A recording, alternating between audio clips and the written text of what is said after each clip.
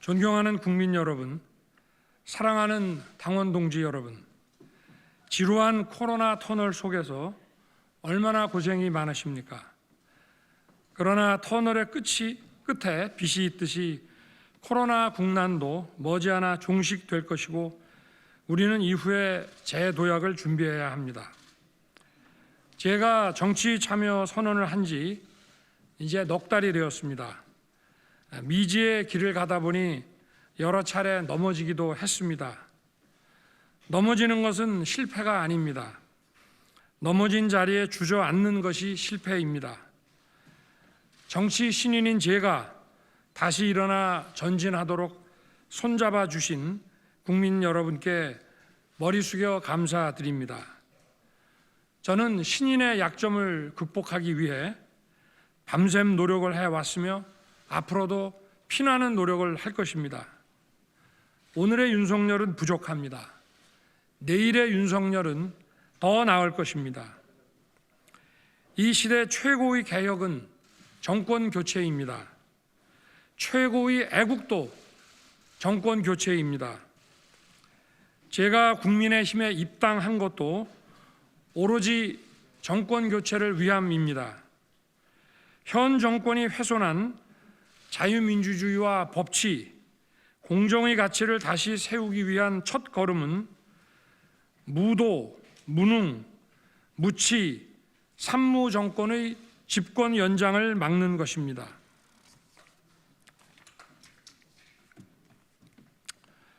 첫째, 비상식과 불공정, 불의와 위선의 시대를 끝내고 상식, 공정, 정의의 새 시대를 열겠습니다. 비상식과 불공정, 불의와 위선의 상징인 문재명 세력과 선명하게 투쟁하겠습니다. 야당 후보의 생명력은 불의한 정권과 선명한 투쟁에서 나옵니다. 지난 몇 년간 살아있는 권력에 맞선 윤석열이 가장 잘 할 수 있습니다. 저는 모든 것을 걸고 대장동 국민 약탈 사건의 특검 도입과 모든 형태의 정치 공작을 분쇄하기 위해 결연히 맞서 싸우는 선명한 후보가 되겠습니다.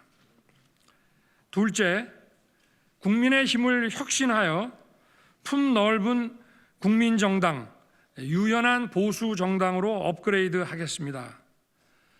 부단히 혁신하지 않는 보수는 수구로 전락하여 국민의 버림을 받습니다. 국민의힘은 30대의 젊은 당 대표를 선출한 당입니다. 이준석 대표와 함께 국민과 당원이 오케이 할 때까지 혁신 또 혁신하여 건전 보수는 물론 중도와 합리적 진보까지 담아내는 큰 그릇의 정당을 만들겠습니다. 대선과 함께 3년 전 지방선거 참패로 괴멸된 지방 권력도 되찾아와야 합니다. 전국의 민주당 지방 권력이 제2, 제3의 박원수, 김경수, 이재명들입니다. 지방 풀뿌리 조직부터 부단히 개혁하고 지역의 젊은 인재들이 적극 출마할 수 있게 그런 당으로 변모시키겠습니다.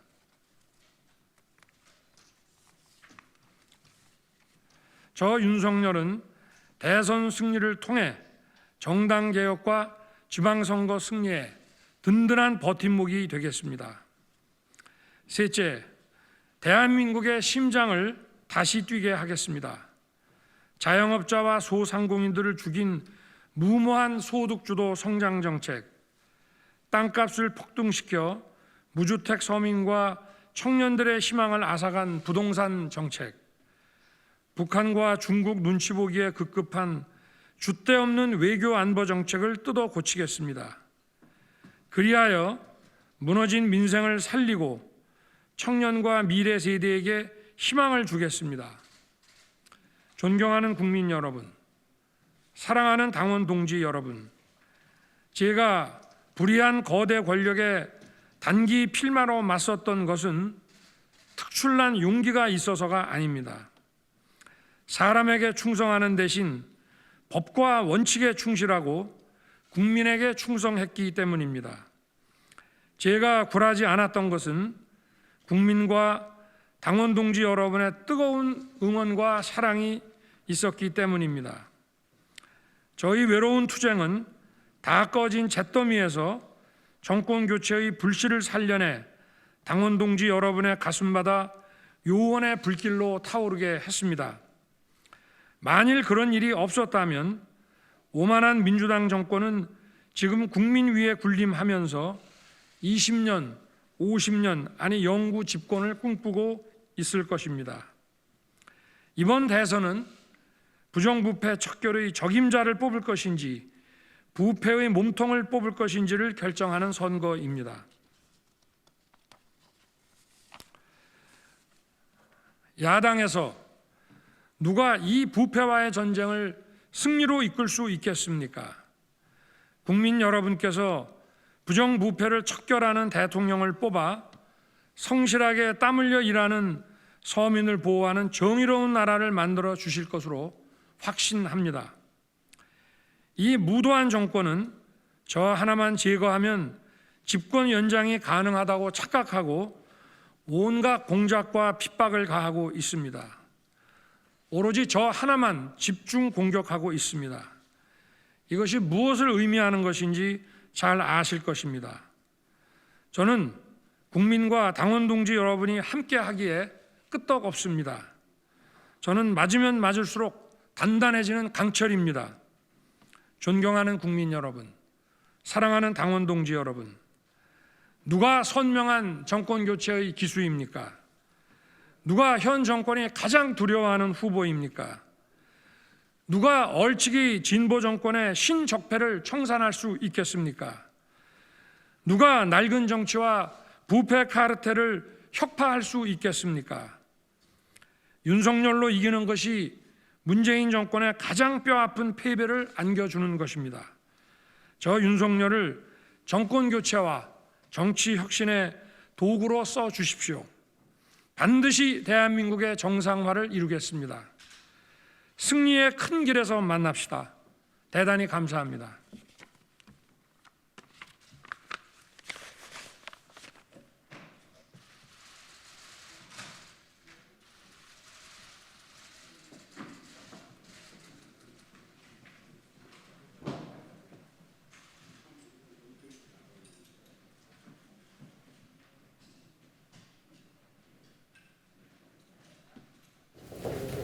네, 준비가 되면 오늘 정권 교체와 대한민국 정상화를 위한 윤석열 후보의 선언문에 대한 질의응답을 받도록 하겠습니다. 질문 해주십시오. 오늘 이제 당원 투표 앞두고 오늘 기자회견을 하시는데 현재까지 이제 당신은 좀 어떻게 판단하고 계시나요? 글쎄 선거라는 것에 대해서 제가 늘 말씀드리지만 부족하면 부족한 대로 진정성 있게 제 모습을 국민들에게 보여드리고 또 국민과 당원들의 또 목소리를 경청해서 고칠 건 고치고 하는 그런 마음으로 경선이든 본선이든 그렇게 임하려고 합니다. 후보님께서 상대적으로 당원 투표에서 좀 앞선다는 평가가 있는데요. 어제 후보 토론회 과정에서도 홍준표 후보가 어떤 리더십 얘기하면서 어떤 당의 어떤 세력에 대한 개정을 가지고 설전이 있게 됐는데요. 당에 입당한 지 얼마 안 된 후보님께서 좀 당신에 강한 이유가 좀 따로 있다고 생각하시는데요. 저는 당심이나 민심은 똑같다고 봅니다. 다만 그 민심 중에 정권 교체를 바라는 민심이냐 정권의 연장을 바라는 민심이냐 하는 것이 문제이지 정권 교체를 바라는 민심과 또 정권 교체를 하려는 우리 당의 당심과 그게 큰 차이가 있겠습니까? 후보님 페이스북에도 글을 올려주셨는데 이재명 후보의 그 음식점 허가 총량제에 대해서 이제 문제라고 말씀하셨습니다. 구체적으로 어떤 부분이 좀 문제가 있다고 보시는 건지요? 그건 전체주의적 발상이죠. 무슨 음식점이 사행산업입니까? 사행산업은 GDP 대비 매출 총량제라는 게 있습니다. 그러나 0.5% 정도. 그런데 우리가 밥을 먹고 또 생활에 필요한 물건을 사고 하는 것이야말로 시장 경제의 기본인데 그것을 총량제로 해서 국가가 저거 아마 히틀러 나치 때도 그런 짓을 안 했을 겁니다. 저런 것이 그냥 지나가는 말로 나오는 것이 아니라 그 기본 사고 방식에 저런 부분이 있기 때문에 그런 국가주의적인 그런 게 있기 때문에 나오는 것이라고 저는 생각합니다.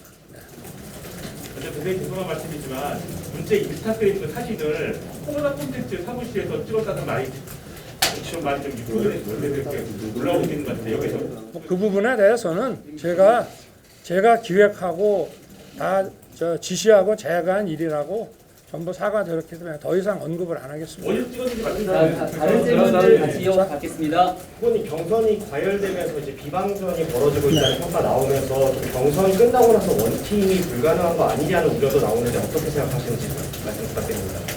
원팀이 안 될 수가 있겠습니까? 다 국민이 지켜보고 당원들이 지켜보는데 그거는 뭐 기우라고 생각하고요. 그리고 저도 뭐 바깥에서 그동안 이 정치 현상을 많이 봐왔습니다만은 이 정도 그 경선 그 열기가 그렇게 나중에 본선에서 그 원팀이 안 될 정도의 그런 상황은 아니라고 생각합니다. 네. 홍준표 후보님이 그 아침에 페이스북을 올리셨는데요. 홍준표 후보님이 흘러간 정책을 보호하시 공익대장 노릇하고 있다 이렇게 네. 하시면서 방금 전에 기자회견에서는 이제 뭐 김종인 부위원장 말씀을 거론하시면서 캠프에서 파리떼가 들끓는다고 이제 또 한번 표현을 하셨습니다. 거기에 대해서 어떻게 생각하시는지. 글쎄 뭐 제가 뭐 홍 후보님에 대한 얘기라기보다 정치 경륜이 수십 년 되신 분이 그런 말씀을 하신다는 것은 오히려 자기 부정이 아닌가 그렇게 생각을 하고 있습니다. 후보님, 홍준표 후보랑 유승민 후보랑 단일화 얘기가 좀 나오고 있는데요. 후보랑 단일화에 대해서 어떻게 보십니까? 글쎄 뭐 그런 얘기들에 대해서 어제 유승민 후보께서 뭐 강력히 부인을 하셨는데 그 단일화라고 하는 문제는 각 후보들이 스스로 알아서 하는 문제지 뭐 다른 후보가 거기에 대해서 이래저래 뭐 그 언급하거나 그럴 필요는 없는 거 아닌가 생각하고 있습니다. 그 홍준표 후보님이 당심을 잡으려는 전략이 사실상 후보님 때리기로 가는 것 같은데 이런 부분은 좀 어떻게 보시나요? 점점 발언의 강도도 높아지고 있거든요. 글쎄 뭐 저는 아무리 경선 열기가 달아오른다 하더라도 제 입으로 상대방에 대한 비방이나 인신공격하는 것은 그거는 뭐 맞지 않다고 생각해서 그동안 그런 걸 자제해 왔고 그리고 아까도 말씀드렸지만 당심과 정권 교체하려는 당의 당심과 또 정권 교체를 열망하는 민심은 그거는 다를 수가 없다고 저는 생각하고 있습니다. 네. 네, 한두 가지 예, 말씀. 청와대와 야당이 전두환 국가장 금지법 추진 등 절대 안 된다는 입장을 밝혔는데요. 이에 대한 생각을 말씀해 주실 수 있을까요? 저는 뭐 권한을 지금 권력을 가지고 있는 측에서 그렇게 판단을 한 거에 대해서 제가 뭐 언급하는 것은 적절하지 않고요. 그 지금 노태우 국가장 말씀하신 거죠? 전두환 전 대통령 아직 살아계시잖아요. 네네. 국가장은 안 된다라고 청와대가 밝혔거든요. 네네. 어떻게 생각하시는지 후보님 의견을 말씀해 그래서 거기에 대해서는 어제 노태우 대통령은 국가장으로 결정을 해서 이제 모레 하는 모양인데 그거는 뭐 제가 거기에 대해서 언급할 필요가 없다고 생각합니다. 네. 네, 더 질문 없으시면 이 정도로 마무리 짓겠습니다. 고맙습니다. 네.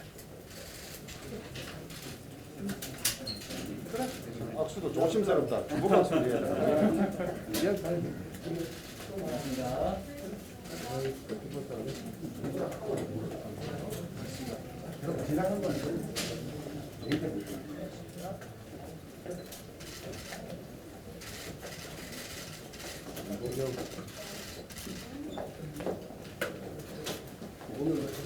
질문이 너무 날카로워서 저희 팀이